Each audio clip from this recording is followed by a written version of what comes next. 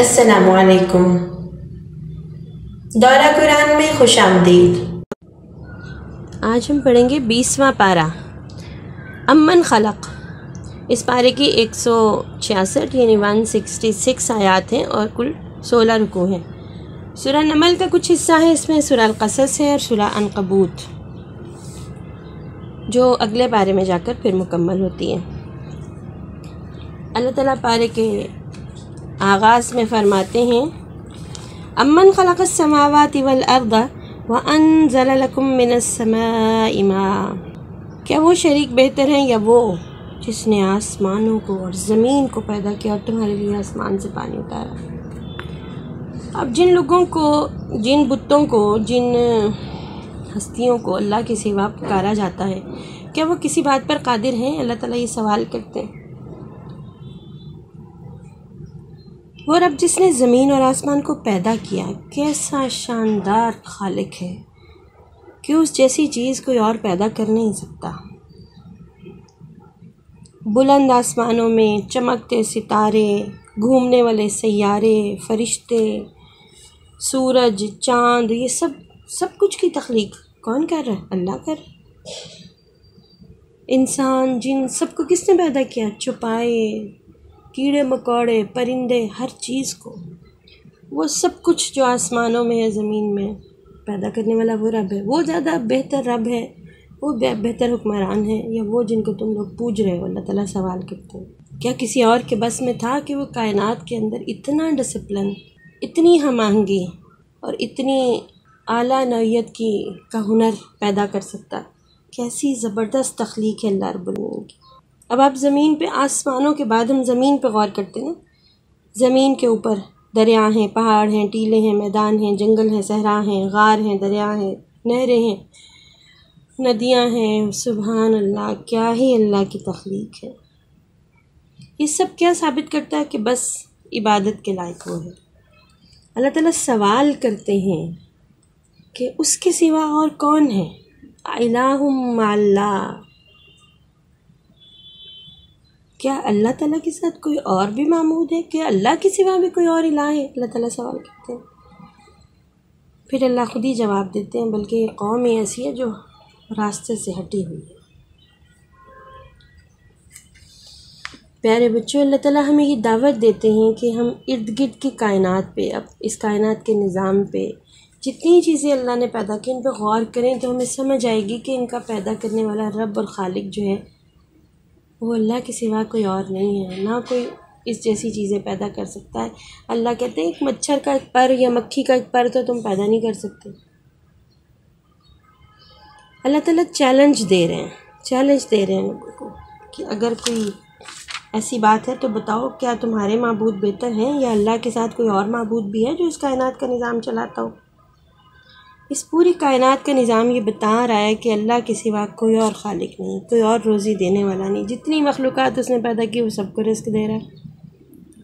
जो चीज़ें उसने पैदा की सब अल्लाह की फरमाबरदार है। क्या सूरज, क्या चाँद, क्या सितारे, क्या आसमान, क्या ज़मीन, क्या इनके अंदर मौजूद, हर चीज़ अल्लाह की फरमाबरदारी करने वाली है। अगर वो रब ऐसा रब है तो सिर्फ वही हक़ रखता है कि उसकी इबादत की जाए, जिसने इस कायनात का इतना बेहतरीन निज़ाम बनाया, जिसने मुझे और आपको पैदा किया। और ये पता किसे चलेगा, ये हक़, ये सच्ची बात किसके दिल में उतरेगी? जो गौर करेगा। अल्लाह ताला पूछते हैं, अम्मन जअलल अर्ज़ क़रारन, क्या उसने ज़मीन को ठहरने की जगह नहीं बनाया? हम इंसान घर बनाते हैं, जानवर घर बनाते हैं ज़मीन के ऊपर, चरिंद परिंद, कीड़े मकोड़े, हर एक को ठिकाना अल्लाह ने दिया है ना। इसके दरमियान फिर अल्लाह ने दरिया बनाए, पहाड़ बनाए, दो समंदरों के दरमियान आड़ बनाई। फिर पूछते हैं अल्लाह ताला, इलाहुम मअल्लाह, क्या अल्लाह के सिवा कोई और माबूद है? बल अक्सरुहुम ला यअलमून, जानते ही नहीं, गौर ही नहीं करते इस बात पे। हाँ, कैसा रब है, बेकरार दिल की दुआ सुनने वाला। अम्मन युजीबुल मुस्तर्रा इज़ा दआऊ। अल्लाह, हमारे बेकरार दिल आपसे सवाल करते हैं, मालिक हमें सीधे रास्ते पर रख। अल्लाह, हमें अपने फरमाबरदार बंदे बना ले। फिर अल्लाह ताला बताते हैं कि मुर्दे और बहरे सुन नहीं सकते। आपको भी पता है जो लोग मर जाएं वो कहाँ सुनते हैं, उनकी तो कोई मर्ज़ी उन्हें बुलाता रहे, और जो लोग बहरे होते हैं वो भी नहीं सुन सकते। यहाँ अल्लाह ताला ये बात क्यों कह रहे हैं? इसलिए कह रहे हैं कि कहीं ऐसा तो नहीं है कि जो पैगाम अल्लाह के नबी लेकर आए, जो कुरान का पैगाम है, हम उसके लिए बहरे बन जाए। हम सुने ही ना कि अल्लाह के नबी हमसे क्या कह रहे हैं, हमें कौन सी बातें माननी चाहिए, किस चीज़ का पे फर्माबरदारी इख्तियार करनी है, किस पे नहीं करनी, किस पे रुक जाना है। अल्लाह ताला पूछते हैं, कौन है जो खुश्की और रात की तारीकियों में इंसानों की रहनुमाई करता है? कौन है जो खुशखबरी देने वाले हवाओं को भेजता है? क्या अल्लाह के सिवा कोई और माबूद है? जो पहली दफ़ा पैदा करे, जो तख्लीक का आगाज़ करे और फिर दोबारा ज़िंदा करे मरने के बाद? कौन है जो ज़मीन और आसमान में मौजूद हर चीज़ को रिस्क दे? इसके बाद अल्लाह चैलेंज करता है कि अगर तुम्हारे पास कोई दलील हो तो लाओ, पेश करो। फिर कुफ़ार की इस गलतफ़हमी का इजाला किया जा रहा है। उन्होंने कहा जब वो हड्डियों का चूरा बन जाएंगे, अल्लाह कैसे ज़िंदा करेगा? तो अल्लाह ताला कहते हैं वो इतनी ज़बरदस्त क़ुव्वत का मालिक है, उसके लिए कोई मुश्किल नहीं। और साथ ही रसूलुल्लाह सल्लल्लाहु अलैहि वसल्लम को तसल्ली दी और मुश्रिकीन को अल्लाह ने वार्निंग दिया कि तुम इसी तरह नाफरमानी करते रहोगे तो तुम्हारा हश्र वही होगा जो पहली कौमों का हुआ। चल पर फिर कर ज़मीन में देखो कि अल्लाह के साथ नाफरमानी करने वालों का अंजाम क्या हुआ। एक दिन आएगा यौम युनफ़ख़ु फ़िस्सूर, जब सूर फूँक दिया जाएगा और जो कुछ ज़मीन और आसमान के अंदर है वो सब का सब अल्लाह के हुजूर पेश कर दिया जाएगा। इसके बाद सूरह क़सस है, ये मक्की सूरह है, इसके 9 रुकू हैं, 88 आयात हैं। सूरह क़सस में अल्लाह ताला हमें हज़रत मूसा अलैहिस्सलाम का क़िस्सा बड़ी तफसील से सुनाते हैं। अल्लाह ताला ने फ़िरौन से निजात दिलाने के लिए मूसा अलैहिस्सलाम को बनी इसराइल में मबूस किया। बनी इसराइल पर फ़िरौन ने इस वक्त बहुत ज़्यादा जुल्म सितम करना शुरू किया हुआ था। शुरू में सूरह मुबारका के शुरू में अल्लाह ताला ने जनाब हज़रत मूसा अलैहिस्सलाम की विलादत का ज़िक्र किया।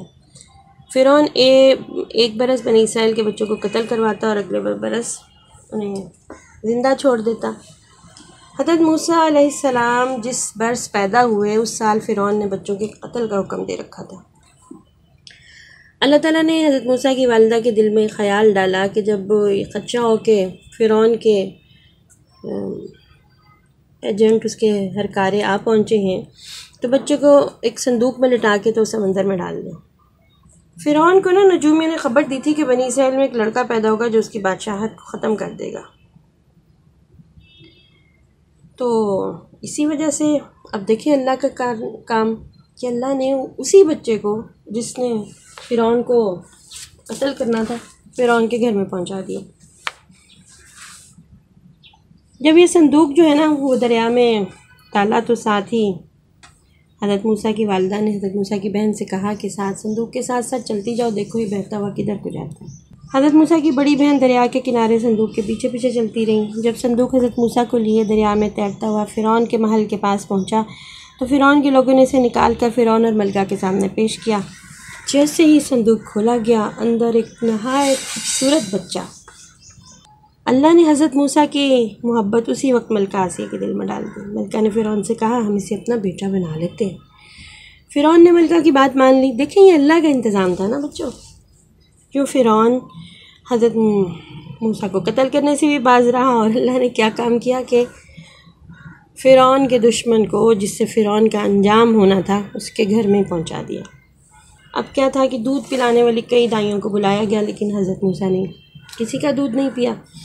तो जो हज़रत मूसा की बहन ये सारा माजरा देख रही थी उसने कहा कि मैं एक ऐसी औरत को जानती हूँ जो इस बच्चे को दूध पिला सकेगी। और मलका आसिया को बच्चे की बहुत फिक्र थी। हज़रत मूसा की बहन जल्दी से घर पहुँची और अपनी वालिदा को लेकर महल आ गई। हज़रत मूसा की वालिदा ने उन्हें दूध पिलाया तो उन्होंने दूध पीना शुरू कर दिया। सब खुश हो गए। और इस तरह देखो प्यारे बच्चों अल्लाह ने हज़रत मूसा की गोद में हज़रत मूसा को अपनी माँ की गोद में पहुँचा दिया। अल्लाह ने वादा किया था ना मूसा की अम्मी से कि हम इसे वापस आपके पास लेकर आएंगे और आपकी आंखें ठंडी कर देंगे। और इस तरह हज़रत मूसा अपनी वालिदा के पास पहुँच गए और ना सिर्फ ये कि वो उनकी गोद में पहुँचे बल्कि उन्हें दूध पिलाने का मुआवजा भी मिला। और हज़रत मूसा की परवरिश का इसी तरह तमाम हुआ हत्ता कि हज़रत मूसा जो है वो जवान हो गए। एक दिन हज़रत मूसा शहर में आए तो देखा कि दो लोग लड़ रहे। एक का ताल्लुक़ हज़रत मूसा की कौम यानी बनी इसराइल से था और दूसरा क़िब्ती था यानी फ़िरौन की कौम से। इसराइली ने आपको मदद के लिए पुकारा, आपने क़िब्ती को एक मुक्का मारा तो वो हलाक हो गया। बच्चों ये भी अल्लाह की मर्ज़ी थी, हज़रत मूसा का इरादा नहीं था मारने का, भला मुक्के से भी कोई मरता है। इस पर हज़रत मूसा ने फटाफट अल्लाह से माफ़ी मांगी तो अल्लाह ताला ने आपको माफ़ कर दिया। अब ये क़िब्ती ऐसे वक्त में मरा जब सब लोग आराम कर रहे थे, लोगों को पता ही नहीं चला किसने मारा। अगली सुबह जब हज़रत मूसा शहर में आए तो बनी इसराइली वही शख्स जो था ना एक और आदमी से लड़ रहा था। अब हज़रत मूसा को गुस्सा आया गया कि ये तो शख्स लड़ाका है। वो आगे बढ़े कि उससे बात करें तो वो डर गया और उसने ऊंची आवाज़ में कहा कि आप मुझे इसी तरह हलाक कर देंगे जैसे कल आपने एक आदमी को किया। लो भाई, ये तो बात फैल गई कि वो क़िब्ती जो रात को जिसको किसी ने कत्ल किया था वो हज़रत मूसा के हाथों हलाक हुआ था। फिर एक शख्स दौड़ता हज़रत मूसा के पास आया और कहा कि फ़िरौन और उसके कौम के सरदार आपको कत्ल करने की तैयारी कर रहे हैं, आप यहाँ से भाग जाओ। यूँ हज़रत मूसा अल्लाह के हुक्म से, अल्लाह के इज़्न से, उनकी इजाज़त से मिस्र के दूर दराज इलाके मदीन में तशरीफ़ ले गए। अब जब मदीन में पहुँचते हैं तो भूखे प्यासे, ना कोई ठिकाना रहने को। वहाँ एक कुएँ पे पहुँचे तो देखा कि लोग एक अपने जानवरों को पानी पिला रहे हैं और वहाँ दो लड़कियाँ जो है ना अपनी बकरियों को लेके अलग से खड़ी हुई हैं, बाहया पर्देदार बच्चियाँ। मालूम करने में पता चला कि इनके लड़कियों के वालिद बूढ़े हैं और वो इंतज़ार कर रही हैं कि सब लोग अपने जानवरों को पानी पिला लें तो वो बाद में अपनी बकरियों को पानी पिलाएं। हज़रत मूसा ने कुएं से पानी निकाल कर उनकी बकरियों को पिला दिया और एक दरख्त के साए में जाके बैठ गए। इस शहर में हज़रत मूसा अजनबी थे, उनके पास ना घर था, ना कोई रिश्तेदार थे, ना कोई पैसे थे कि कुछ खा पी लेते। इसके बावजूद वो घबराए नहीं। आपने अल्लाह से दुआ मांगी, रब्बी इन्नी लिमा अंज़लता इलैया मिन खैरिन फ़क़ीर। कितनी खूबसूरत दुआ है। ऐ अल्लाह, आप जो भी भलाई मुझे अता करे मैं उसका मोहताज हूँ। अल्लाह ताला ने उनकी दुआ कबूल कर ली। कैसे कबूल की?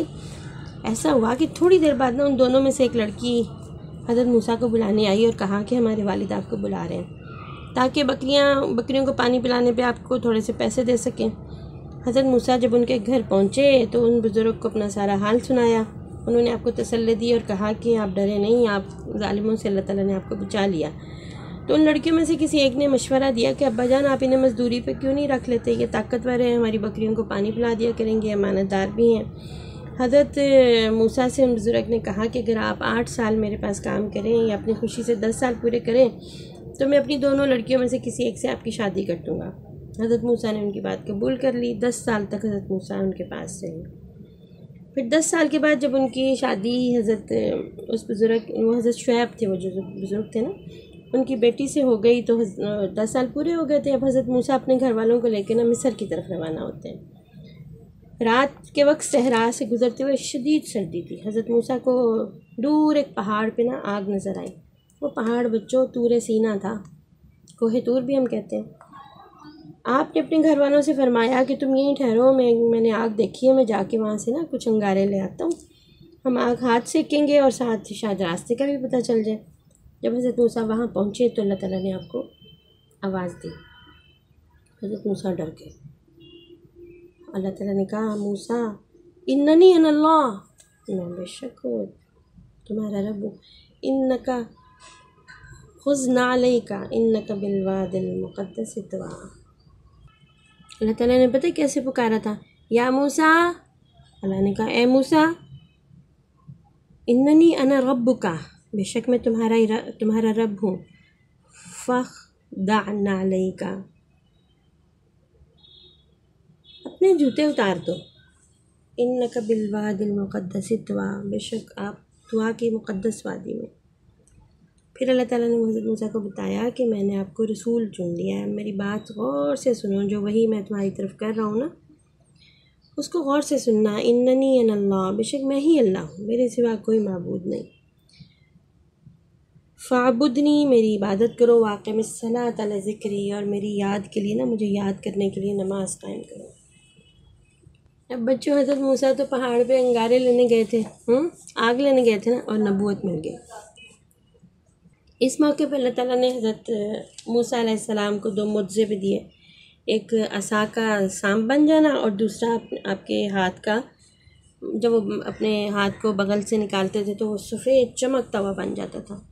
ये मुअज़्ज़े देखकर कहा कि फ़िरौन के दरबार में जाओ, वो बहुत सरकश हो गया और उसे दावत दो। साथ ये भी कहा कि फ़िरौन को नरमी से दावत देना, यानी इतना सरकश और अल्लाह का नाफरमान, ख़ुद को खुदा कहने वाला बादशाह, और अल्लाह कह रहे उसको भी इस्लाम की दावत देना तो नरमी से देना। फिर हज़रत मूसा ने वहाँ पर अपने लिए और अपने भाई के लिए दुआ मांगी, रब्बि शरह ली सदरी वयस्सिर ली अमरी वहलुल उक़दतम मिन लिसानी यफ़क़हू क़ौली वजअल्नी वज़ीरम मिन अहली हारून अख़ी। ये दुआ आपको भी आती है ना। साथ अल्लाह ने इससे ये कहा कि हारून जो मेरा भाई है ना, उसे मेरी मदद के लिए मेरे साथ भेज दे। फिर हज़रत मूसा और हज़रत हारून दोनों फ़िरौन के दरबार में पहुँचे और जाकर बताया कि हम खुदा के भेजे हुए रसूल हैं, बनी इसराइल पर जुल्म व सितम बंद करो और हमारे साथ भेज दो। फिर फ़िरौन को आप मुझसे दिखाए। अब फ़िरौन ने कहा ये तो जादू है। फ़िरौन ने सारे शहर के जादूगरों को इकट्ठा कर लिया कि आ जाओ मूसा का मुकाबला करो। अब जब जादूगरों का हज़रत मूसा से मुकाबला हुआ तो उन्हें तो समझ आ गई कि जादू क्या है। वो जादू जानते थे ना, उन्हें पता चल गया कि हज़रत मूसा का जो असा है, जिसने हमारी रस्सियों को जो हमने फेंक के जादू के किसाम बनाई थी, उसको वो हज़रत मूसा का असा खा गया। पता चल गया उन्हें कि ये जादू नहीं है बल्कि अल्लाह की तरफ से मुअज्ज़ा है। और वो सब के सब हज़रत मूसा पर ईमान ले आए। फ़िरौन को बड़ा गुस्सा आया, उसने धमकी दी और कहा कि क्या तुम मेरी इजाज़त के बगैर इस ईमान ले आओगे।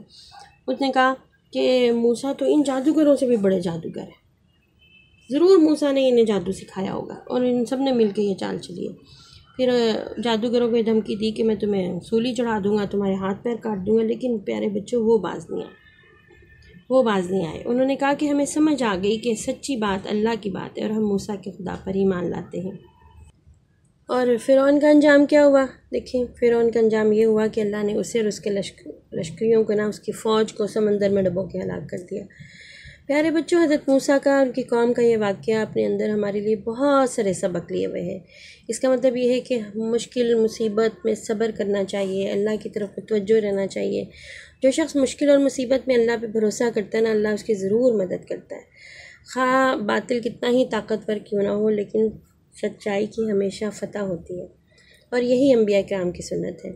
इसके बाद अल्लाह ताला ने ना तंबीह के गर्ज़ से जो दौलतमंद लोग हैं ना, उनको कारून का किस्सा सुनाया है। बताया कि वो बेतहाशा माल का मालिक था। उसके ख़जानों की कुंजियाँ ना वो पूरी एक फ़ौज उठाती थी, इतनी चाबियाँ थी उसके ख़जानों की। लेकिन जब उसे गरूर करने और ज़मीन में फ़साद बर्पा करने से रोका गया तो उसने कहा ये तो मेरा माल है और मैं तो बहुत अक्लमंद हूँ, इसीलिए मुझे ये माल मिला और मैं जैसे चाहूँ इस्तेमाल करूँ। तो अल्लाह ने उसकी इस सरकशी पे ना उसे उसके ख़जाने समेत ज़मीन में धंसा दिया। इसके बाद सब बातों की एक बात अल्लाह ने फरमाई कि आखिरत का घर हमने उन लोगों के लिए तैयार करके रखा है जो ज़मीन पे बड़ा बनने से रुक जाए। जो अपने आप को बड़ा समझता है ना, उसको लोग आज भी फ़िरौन ही कहते हैं। तो जो ज़्यादा बड़ा बनेगा, मुतकब्बर बनेगा, तकब्बुर करेगा, अल्लाह ताला उससे नाराज़ हो जाएगा। तो आखिरत का घर किसके लिए है? जो ज़मीन में बड़ा ना बने, आजिज़ बन के रहे और फ़साद और फितना ना करे। इसके बाद हम शुरू करते हैं सूरह अनकबूत। सूरह अनकबूत मक्की सूरत है, 7 रुकू हैं इसकी और 69 आयात हैं। इस आयत के शुरू में अल्लाह ताला बताते हैं कि सब लोगों के ईमान का ना टेस्ट होगा, इम्तिहान होगा। हम देखेंगे कि जो लोग ईमान लेकर आए हैं वो एवं ही ज़ुबानी कलामी अपने मुंह से दावा कर रहे हैं, या ज़रूर पता करेंगे कि अपने ईमान के दावे में कौन सच्चा है और कौन झूठा, कौन खरा है और कौन खोटा। क्योंकि हमेशा से ऐसा होता आया है कि जो लोग ईमान लाए हैं वो आजमाए जाएंगे। इसी की मिसाल के तौर पर अल्लाह ने इस सूरत में पिछली कौमों और अफराद का जिक्र किया, हज़रत नूह का, हज़रत इब्राहीम का, हज़रत लूत और सालेह अलैहिस्सलाम का, जिन्होंने अपने वक्त के हाकिमों के जुल्म और जबर की परवाह नहीं की और अल्लाह की तौहीद पर कारबंद रहे। उन्होंने कितनी तकलीफ़ें पहुँचाई, लेकिन आप मजबूती से अल्लाह के दीन पर, अपने ईमान पर कायम रहे और अपने ईमान को उन्होंने साबित किया। किसी मुश्किल से नहीं घबराए, ताकि अहले ईमान ये समझ लें कि आजमाइश तो आएगी, लेकिन इसके बाद फिर अल्लाह ताला इंशाअल्लाह राज़ी हो जाएंगे और आसानी देंगे और अपने करीब कर लेंगे। इस सूरत में अल्लाह ने यह भी बताया कि मुश्रिकों की मिसाल मकड़ी की सी है, जो घर तो बनाती है लेकिन उसकी कोई बुनियाद नहीं होती। सब घरों से सबसे ज़्यादा कमज़ोर घर मकड़ी का है। मकड़ी का घर देखें ना आपने, जो जाला सा होता है, हम उसको ऐसे ज़रा सा किसी स्टिक से हिलाएं, झाड़ू से हिलाएं तो वो टूट जाता है। तो अल्लाह ने कहा कि जो झूठा दावा है ना, वो भी मकड़ी के जाले की तरह कमज़ोर होता है।